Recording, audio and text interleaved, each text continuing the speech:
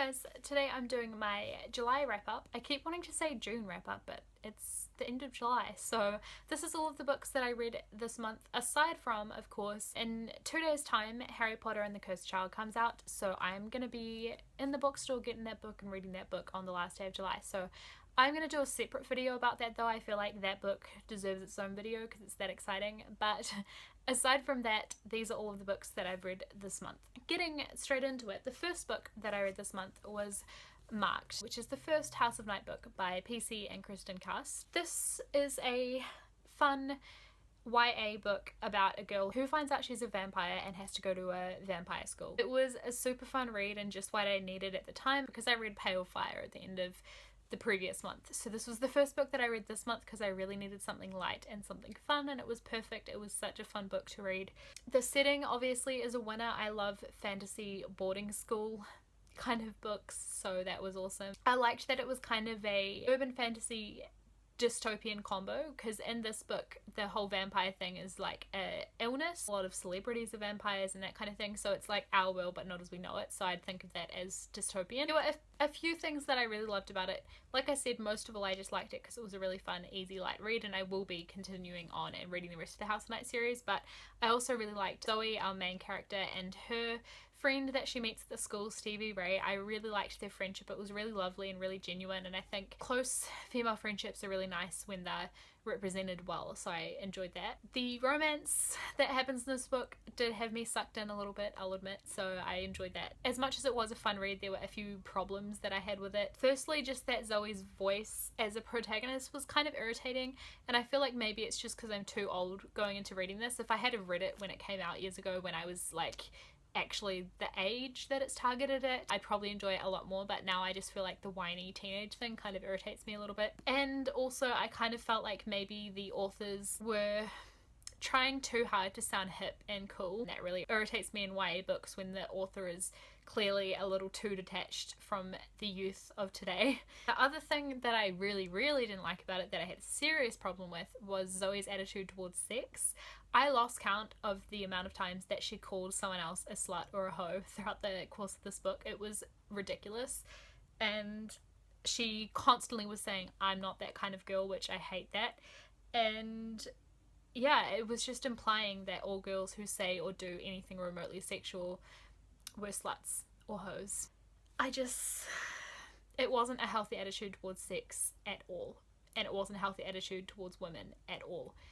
So I really didn't like that. I don't know. That might develop and change this as the series goes on. Zoe might realize the error of her ways kind of thing, but it wasn't dealt with at all in this book, because the issue I have with that, when that's a thing, is when it isn't dealt with. So it's put out there like, this is the attitude, and there's no one saying otherwise. There was no one in this book saying, hey, that's not a healthy attitude. So that's when it's a problem for me, is when no one gets pulled up on having that outlook. But other than that, it was a really fun read. Oh, the last thing I'll mention that I didn't like about this was the references to celebrities. There was like a Paris Hilton reference and a Shania Twain reference, and I just felt like they were so out of date.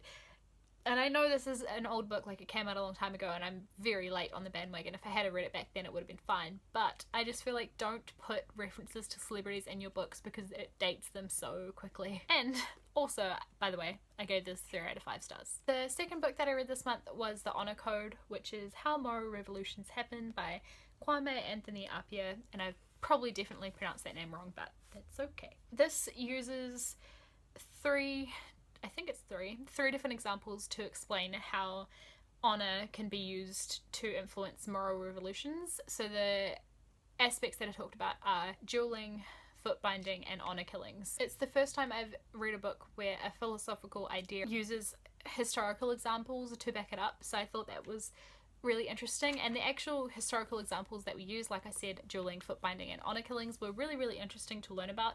I knew nothing, particularly dueling, I knew nothing about dueling, so this book made me want to pick up other random non-fiction historical books to learn about other random things that I don't know anything about. I just think it's cool sometimes to learn something completely new. The whole idea of this book about how honor influences moral revolutions was an interesting one.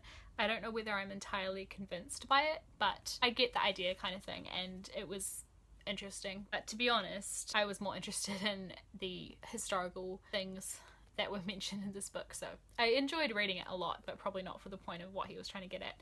But anyway, I rated it 4 out of 5 stars because it was very, very interesting, and if it's something that you think you'd like, definitely recommend picking it up. The next book I read this month was another YA one. It's The Silence of Six by E.C. Myers. Like I mentioned in my TBR for the month, this one I saw Emma from Emma Books talk about a long time ago. It's about a high school student who is sitting in assembly, and then on the projector thingy it gets hacked into and taken over by a kid who says this is the silence of six and what are you going to do about it, and then shoots himself on the live stream. So it's a very dramatic beginning and it all kind of just unfolds from there. It was a very exciting time for me to read this book because it was right before season 2 of Mr. Robot came out, which, by the way, if you haven't watched Mr. Robot, you definitely should. It's such a good show, and the second season is continuing just as strongly as the first did, so definitely recommend you go watch that. It's kind of a YA thriller crime action novel almost, and it was definitely very fast paced and kind of had me on the edge of my seat the whole time. I don't want to say too much about the storyline because that's kind of the whole point. You got to find out what happens and what's going on, but a couple things I'll say about what I liked about it, what I didn't like about it. I really liked Max, the main character. I liked his relationship with his dad because we don't often see good father-son relationships in YA, so that was really nice. They were kind of completely on the same page and like friends, I guess you would say, so I really liked that. That was nice. It was written in third person, which I feel like I would have enjoyed it more if it was written in first person, because third person just didn't really get inside Max's head enough, and Max was a really interesting character, so I would have liked to see what he was thinking a little bit more rather than just what was going on. Like I said, it was really action packed, so I can see why it was written in third person, but I would have liked to have seen it written in first. The ending wasn't particularly mind-blowing. There was a lot of different directions that this book could have taken, like so many possibilities, and I liked that. Like, I liked that I couldn't pick the ending. It definitely wasn't predictable as such, but it just wasn't really mind-blowing in the end. So yeah, but aside from that, it was a really fun read. I enjoyed the ride and would highly recommend it if you're just looking for something like fun and action-packed. The next book that I read this month was The Marshmallow Test by Walter Mischel. It's about understanding self-control, written by the psychologist who invented the marshmallow test, which is where they would sit children down and say, you can eat one marshmallow right now, or you can wait a while and then I'll give you 2. So it's about that experiment, and I've got a full review of this if you want to check it out. I'll link it down below in the information bar. I gave this book 3 out of 5 stars. And the next book that I read was Shatter Me by Tahira Mafi. This book, I had lots and lots of problems with it, so I'm actually going to start off and just tell you the things that I liked about it first. It's a YA dystopian book about a girl who has a power which means that if she touches anyone, they die. So that's kind of where it starts off, and it's dystopian, so the world is in chaos and like everything's falling apart. I liked the world that it was set in, like what was going on in the world was, I thought, quite well written, and I could see that being something that might happen in the not too distant future kind of thing, and I like dystopian settings when they're like that. I also liked a few of the characters. I was interested in their backstories and I find myself wanting to know more about them, so that's positive. But I have to say, the bad things, there are a lot of them. I absolutely hated the writing style. I'll try and find the earliest one so I can show you. Like this. You can see how some of the sentences are crossed out. That continues throughout the entire book, and I just have to say how annoying that is. I'm sure you can imagine by looking at that how irritating that is, but it's just a really obvious and, well, just a not subtle way of communicating that the character's having internal conflict. So it's saying all the things she like wants to say but doesn't say, and it's just really not very effective because it's way too obvious and way too in your face and just not very clever. So I really didn't like that. It was really irritating. The second thing I didn't like about the writing style was the chronic overuse of figurative language. I've never seen anyone use so much figurative language in a novel before, like so many metaphors, and the worst thing about it was that a lot of them legitimately didn't make any sense whatsoever. Some of them I would read and be like, I don't even know. And it's not like I don't know, I sound like a dick, but like I don't think it's over my head. I just think they were crap metaphors. Aside from that, the ones that didn't make sense, that's another story, but there were some that were kind of like typical cliche metaphors that she'd taken and reworded in like the kind of way where you sit down with a thesaurus and find a different word for all of the words to make it like different than the original metaphor. But see, doing that doesn't make it an original metaphor, it just makes it sound stupid because you've picked ridiculous words to replace normal words. So just not very original and not very effective at all. I found myself thinking the whole time I was reading this book, like, if you want to use that many metaphors and that much personification, oh my god, so much personification for ridiculous things. So I just found myself thinking, like, why didn't you just write a poem? If you felt like using that much figurative language, why didn't you just write a poem?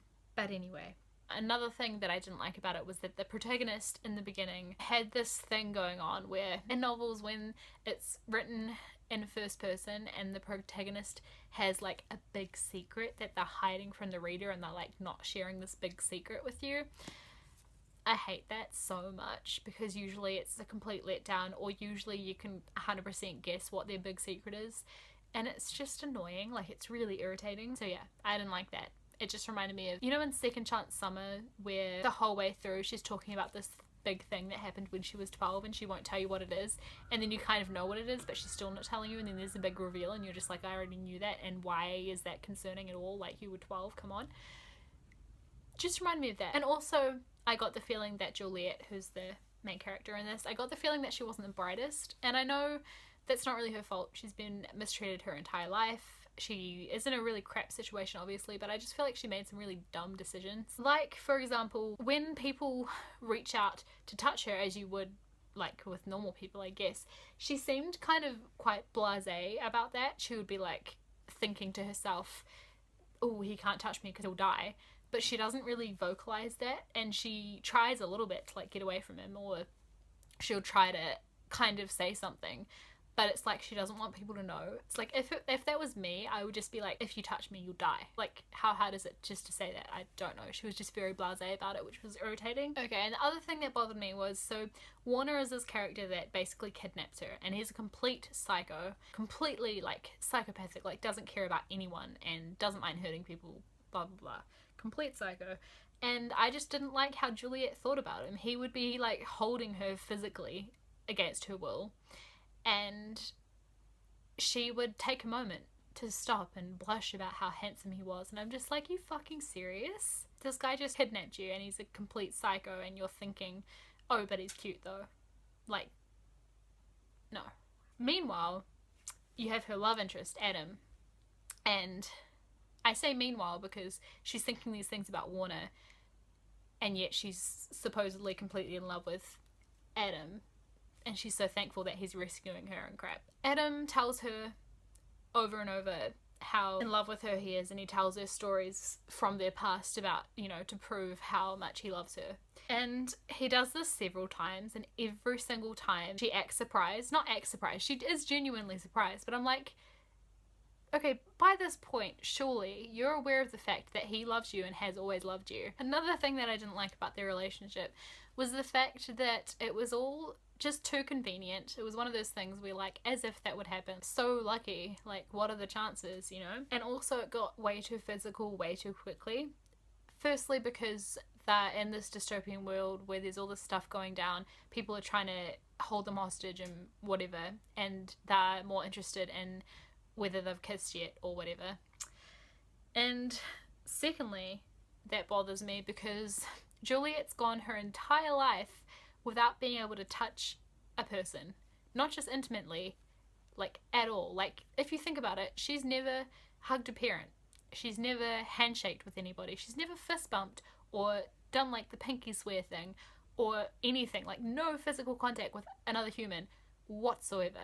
And then suddenly she meets this person that she can have physical contact with, and it's like 0 to 100 in no time at all. I don't think things would happen that quickly if that was the case, where you'd gone your entire life without being able to have physical contact with anyone. It was just really ridiculous and insta-lovey and weird. I rated that book 2 out of 5 stars, and I just want to quickly talk about how that compares to The Wrath in the Dawn, because that was another book that a lot of people really liked that I gave 2 out of 5 stars. It's interesting because, to me, The Wrath in the Dawn didn't capture my attention as much. Like, I'm not going to finish that series or duology or whatever the hell it is, but the Shadow Me one I will continue with because the story kind of captured my interest. But I think that The Wrath in the Dawn was actually better written. Like, the writing I could stand more, whereas Shadow Me, I thought the writing was really bad. But sometimes it just goes to show that sometimes the story or the characters are more important than the actual writing itself. So like the idea is more important, because The Wrath in the Dawn, I just felt like there was no story that I was interested in and the characters I wasn't interested in, whereas this book was different, but it was not written as well, which is just interesting. So I thought I'd throw that out there.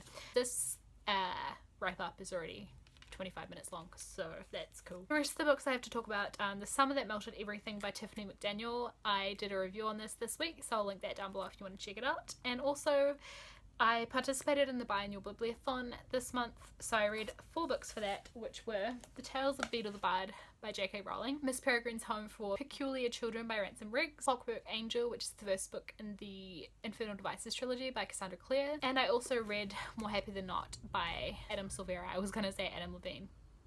By Adam Silvera, which was really good. If you want to see the wrap up from the Biannual Bibliothon where I talk about those 4 books, I'll link that down below as well, because I talk about them more in detail there, which I'm not going to do here because I've talked too much already. But that is all the books that I read this month. Like I said, I will be getting and reading Harry Potter and the Cursed Child this Sunday, so the next video that you see from me, all going well, will be something to do with that. I don't know if it'll be an actual review or what. We'll see what happens, but yeah. So that's it for now for all the books that I read this month, and I will see you guys in a couple of days with my next video. Bye.